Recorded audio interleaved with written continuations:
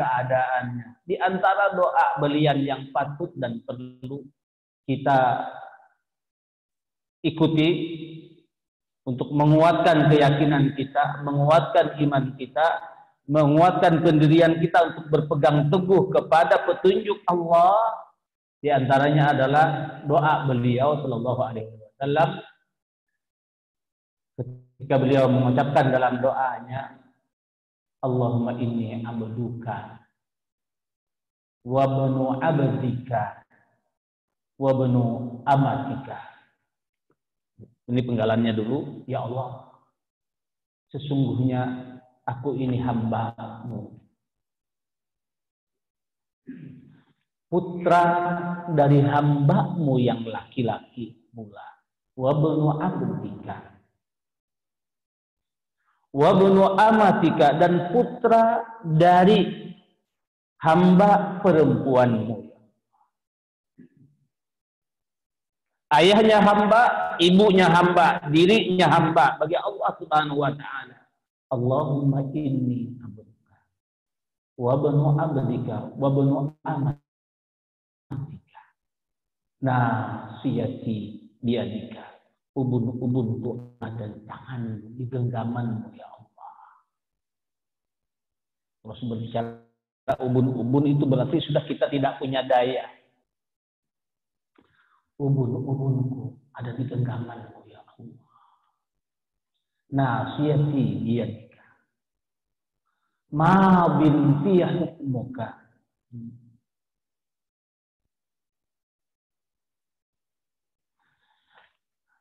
berlaku ya Allah semua ketentuan-Mu terhadapku.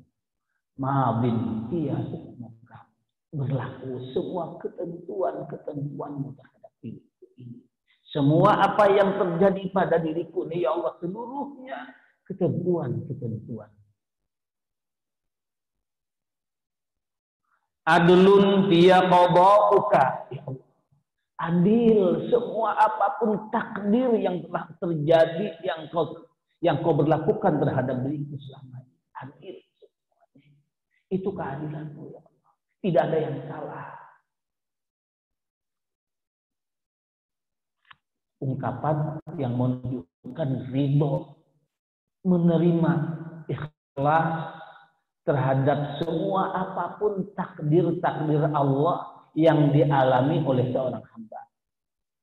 Adlun fiya qada'uka, adil ya Allah. Semua takdir-takdir-Mu yang telah berlaku terhadap diriku ini adil. Benar-benar itu keadilan. Enggak ada yang salah. Itu benar-benar kebijaksanaan. Adlun fiya qada'uka.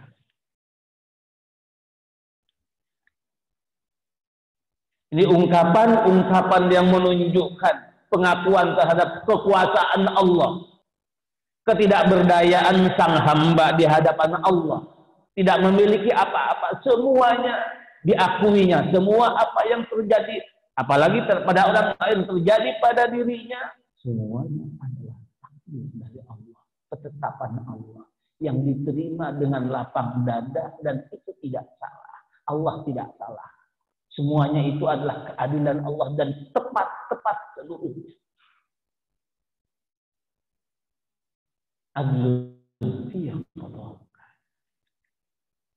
Setelah ungkapan seperti ini, baru Nabi Shallallahu Alaihi Wasallam mengajukan permohonannya, permintaan yang luar biasa. Allahumma inni as'aluka bi kulli ismin huwa laka sammaita bihi nafsaka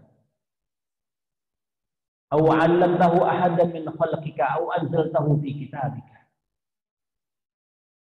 aw sa'tarta fi ilmil ghaibi 'indaka. Ya Allah, hamba memohon kepada Engkau ya Rabb, dengan bertawassul dengan semua nama-nama-Mu,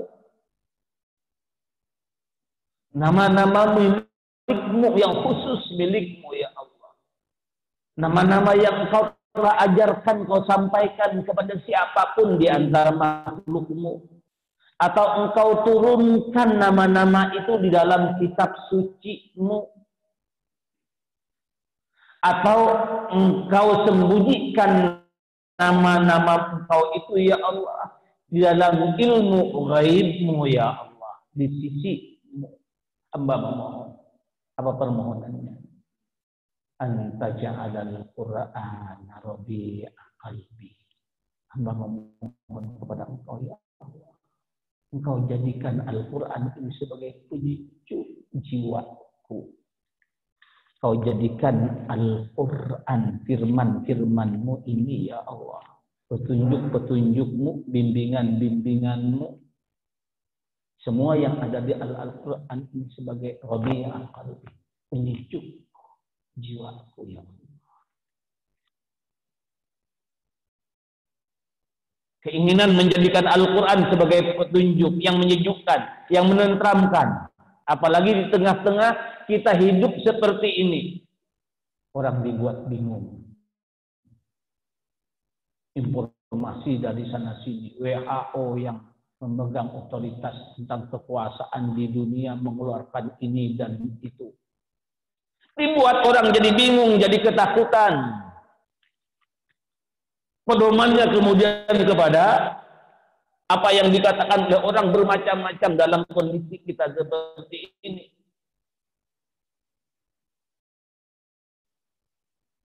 Tadinya katanya hanya virus corona itu hanya menyebar lewat ini.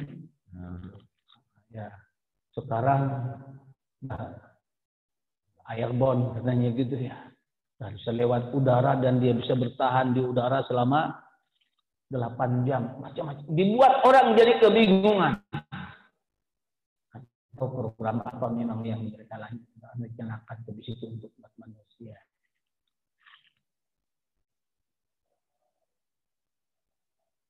Ya.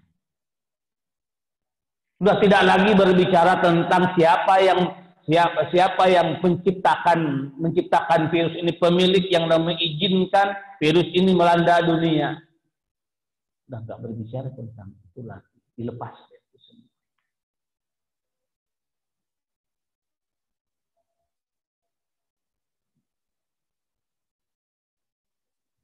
Nah, orang mukmin yang menyadari, meyakini apa yang disampaikan oleh Allah di dalam kitab petunjuknya untuk manusia, alladzi khalaqal mauta wal hayata liyabluwakum ayyukum ahsanu amala. Maka orang beriman tidak akan biasa-biasa saja hadapi karena yakin kehidupan ini memang diciptakan oleh Allah untuk tempat ujian. Memang kehidupan ini materinya adalah ujian dan cobaan.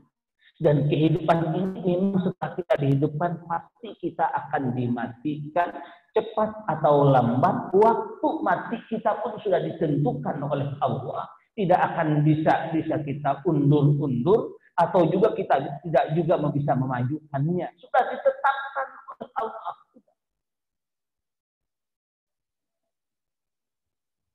Mau ada virus corona, nggak ada virus corona, pasti orang yang sudah ditetapkan meninggal dunia.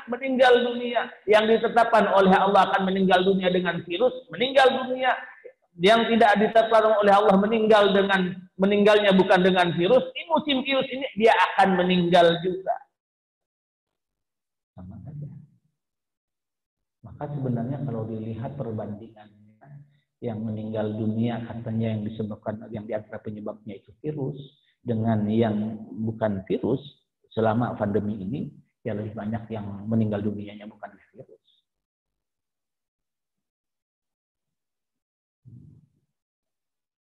Nah, orang beriman, orang mukmin yakin karena berpedoman kepada petunjuk Allah, kepada Al-Qur'an, berpedoman itu sudah.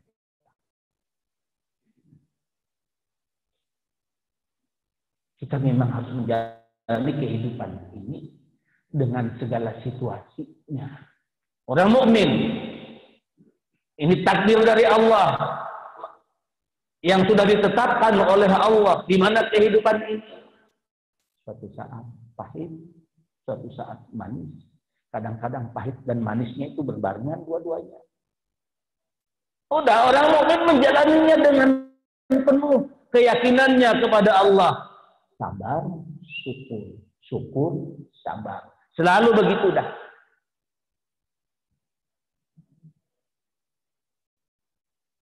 Selalu begitu. Nah, maka orang mukmin dalam kehidupannya sehari-hari selalu ingin kehidupan ini kehidupan yang berjalan di atas bimbingan petunjuk Allah, Al-Quran.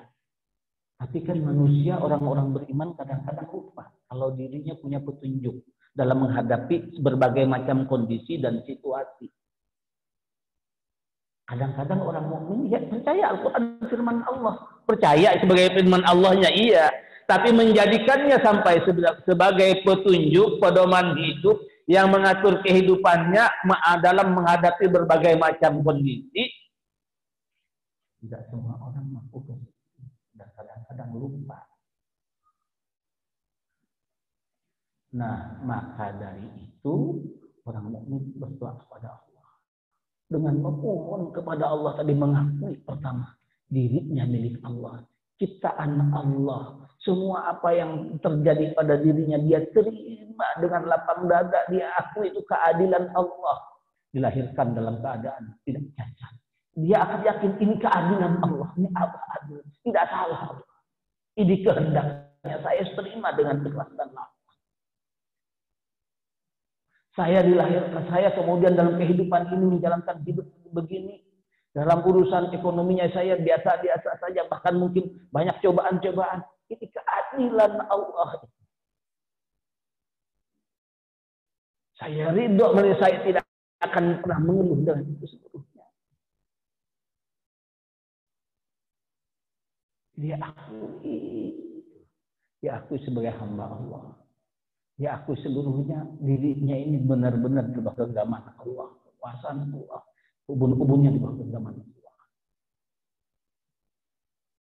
Apa yang terjadi pada dirinya sudah ketentuan dari Allah.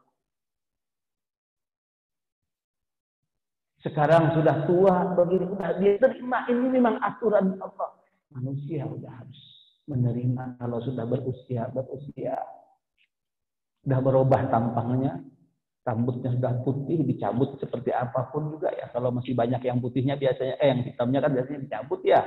Orang itu kelihatan nggak nyaman, dia gelisah dengan putihnya.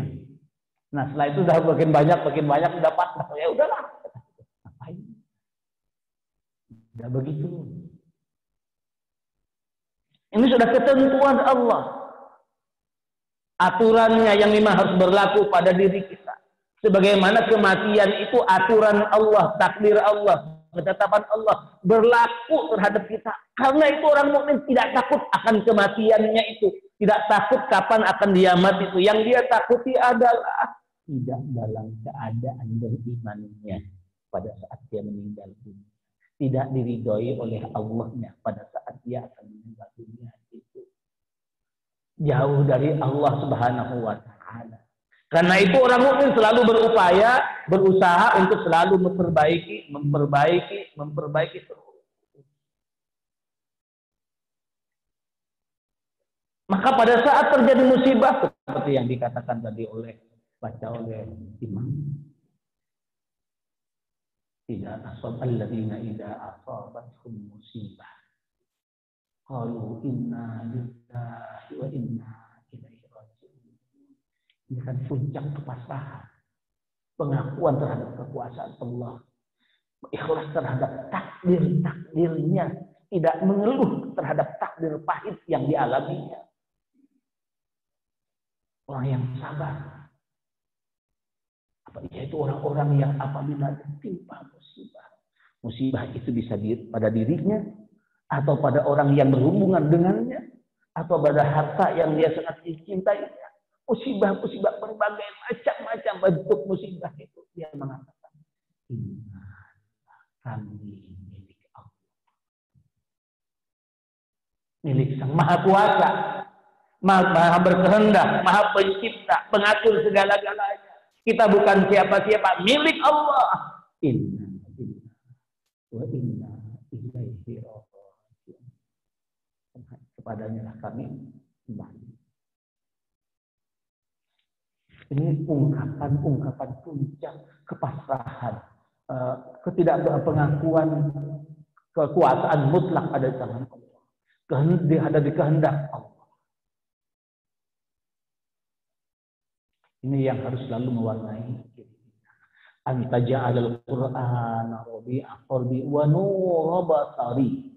Dan cahaya yang menerangi pikiranku, ya Allah. Engkau jadikan, ya Allah, Al-Quran ini penyejuk jiwaku, menjadi cahaya yang menerangi pikiranku, ya Allah. Hingga disibukkan oleh pemikiran-pemikiran orang-orang.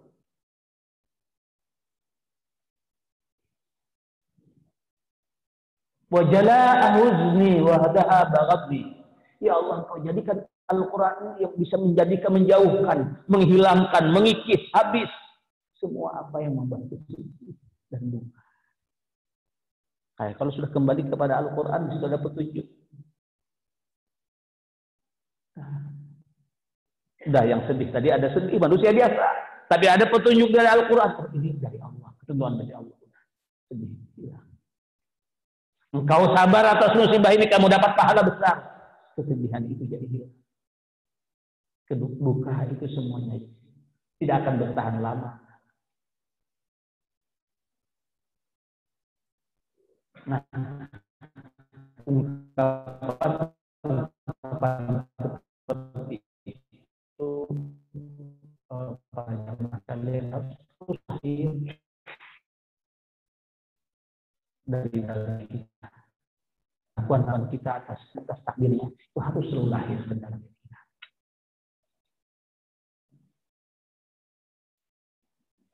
Dan di mana seharusnya keadaan yang seperti ini, keadaan seperti ini harus menyadarkan manusia atas kelemahan dirinya. Ketika lemah, harusnya kembali kepada Allah. Kita mengajak orang lain untuk tadarruk kepada Allah, kembali tunduk mengakui kekuasaan dan kehebatan Allah, mengakui ketidakberdayaan kita.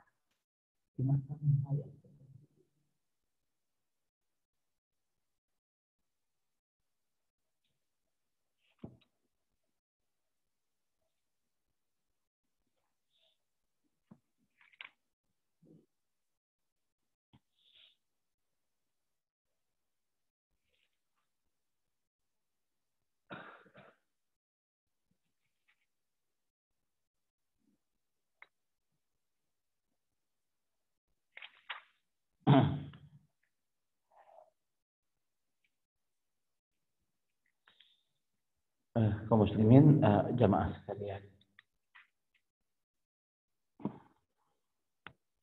Ini memang tidak sederhana. Kita harus banyak belajar, banyak berpedoman kepada firman Allah, kepada petunjuk-petunjuknya dalam menjalankan kehidupan ini.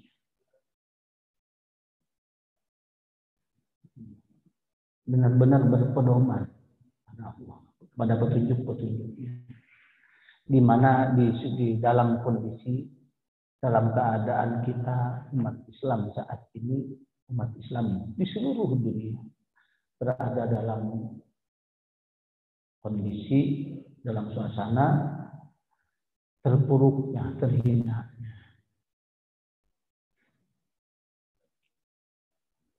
Di seluruh dunia,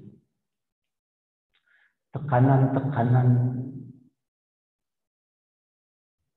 kufar, orang-orang kafir terhadap umat Islam di seluruh dunia begitu sangat luar biasa. Tekanan itu dilakukan sampai banyak membuat para pemegang kebijakan-kebijakan di negeri Muslim itu akhirnya juga mempersulit kehidupan kaum Muslim. Banyak kemudian banyak kemudian mengabaikan pedoman-pedoman dan petunjuk Allah tanpa terkecuali di mana-mana.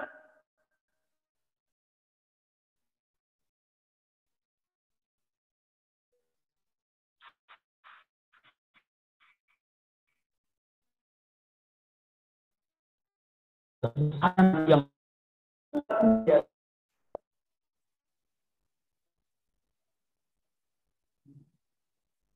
dengan berbagai macam cara dan metode, dengan berbagai macam apa ya sarana-sarana. Kalau di negeri-negeri Muslim kita seperti ini, seperti Indonesia, Malaysia, negeri yang Muslim ya, Pakistan, Mesir, Sudan, itu umat Islam itu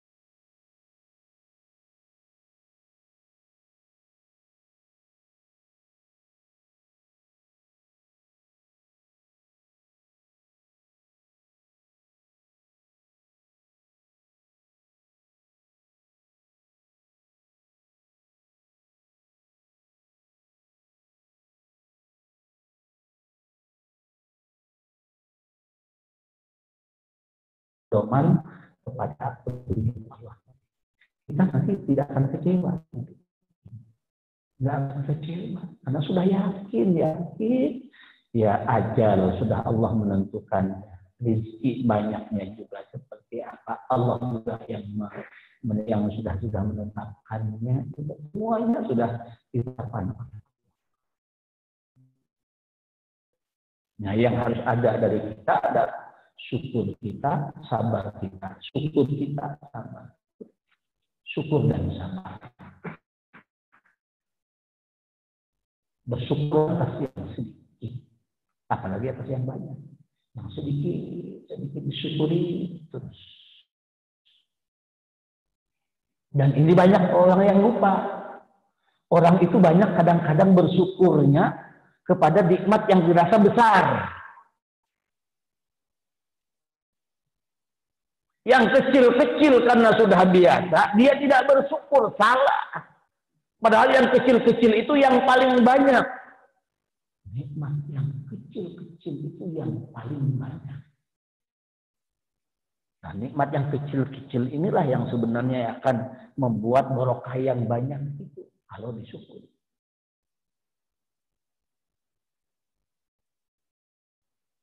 Iya kan? Coba kalau bagi orang yang terbiasa megang duit banyak, ratusan juta, miliaran, uang 100.000 itu nggak ada artinya kan? Kehilangan 100.000 juga nggak ada artinya. Dia nggak bakal bersyukur, dapat duit 100.000 juga nggak bersyukur dia apa? Padahal itu luar biasa. Pak, bagi orang pemulung, peminta di jalanan yang benar-benar miskin, ya. Jangankan 100.000, kasih 20.000 terus kalian yang biasa dapat cuman 1.000 rupiah, gopay kasih orang. Ini dikasih 20.000 apa 50.000. Itu bisa sampai ada yang menangis itu menerima itu.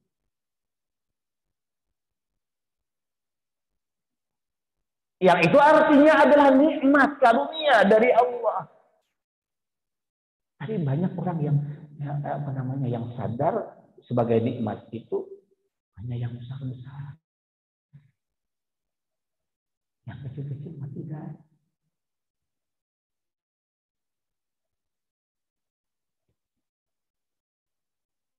Kaum muslimin jamaah sekalian.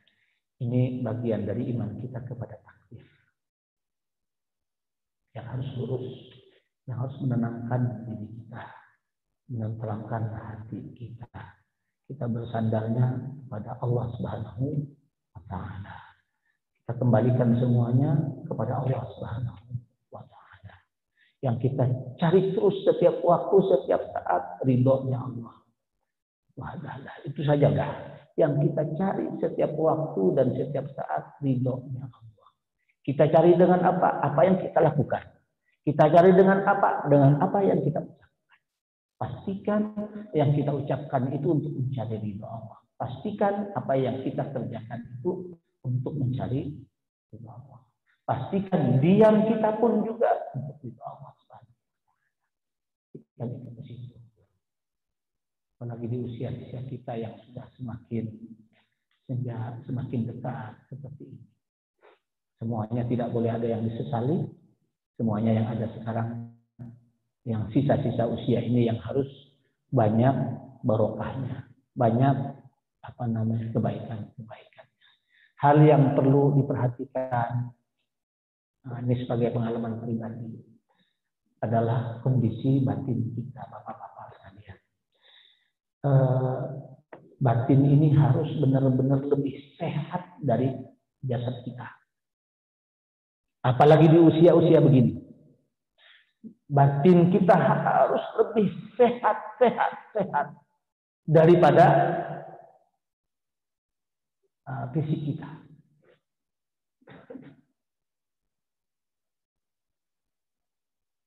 Tandanya, salah satu tanda batin kita udah sehat, udah lebih sehat dari kita. Pada saat kita sakit, hati semakin dekat kepada Allah. Semakin mau berzikir, semua pasrah, sabar, ridho. Itu tanda batin lebih sehat. Kalau batin ini kurang sehat, jasadnya tidak sehat, sakit, itu justru Allah lupa kepada Allah, tidak ingat. Bahkan mau beribadah itu malas. Nggak nyaman, nggak seger. Kehusuan hilang. Justru padahal seharusnya kalau sakit semakin parah, semakin khusyuk. Itu menunjukkan hatinya sehat. Jiwanya dekat pada Allah, bersih. Nggak sakit. Tapi sebaliknya, apabila pada saat sakit, justru hilang juga kekuatan untuk beribadah, kekuatan untuk dekat pada Allah, kekuatan tawakal, kekuatan untuk mengharap ridhonya dan pahalanya. Itu menunjukkan itu sakit, dan itu berbahaya. Sangat berbahaya.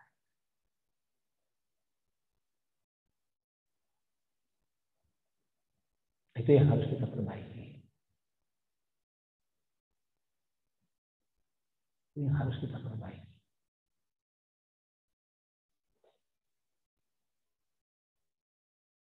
Amin. Jamaah barangkali ini yang bisa disampaikan pagi hari ini dalam pertemuan perdana kita pada tatap muka pada masa pandemi ini. Kita berharap memohon kepada Allah yang Maha Kuasa, Nafi Allah, mohon padanya dengan segala kerendahan jiwa kita, pengakuan kita, tauhid kita, iman kita pada Allah. Allah berkenan mengangkat musibah ini dari kita semuanya. Dan Allah hindarkan diri kita dan keluarga kita dan kaum muslimin sebelumnya. Allah hindarkan dari musibah-musibah dari pandemi yang sedang menimpa kita saat ini. Dan bagi yang tertimpa, semoga Allah Subhanahu wa taala mengaruniakan pahalanya yang sangat besar, kesabaran kepada mereka. Allah mau berkenan menutup kehidupan kita semua dan mereka dengan ridha dan ampunannya. Karena hanya dialah yang bisa mengatasi semuanya ini. Banyak orang dan WHO juga sudah mengatakan bahwa alhamdulillah pandemi ini tidak akan berakhir. Akan tetap ada selama-lamanya. Artinya virus ini tidak akan hilang. Dia seperti flu. Akan ada terus. Katanya sih begitu. Itu manusia. Ya. Manusia. Semuanya yang menurunkan Allah, yang mengangkat juga Allah Subhanahu wa taala. Ya, kita pasrah aja kepada Allah. Kita jalankan semuanya. Kita berusaha, ya kata orang ilmuwan, kita harus menjaga dengan masker, jangan jaga jarak, cuci tangan, ya kita lakukan. Tapi kita tidak bersandar kepada itu. Bersandarnya kepada Allah Subhanahu wa taala. Demikian apa yang bisa disampaikan pada pagi ini. Wassallallahu ala nabiyyina Muhammadin wa ala alihi wasallam. Walhamdulillahirabbil alamin. Wassalamualaikum warahmatullahi wabarakatuh.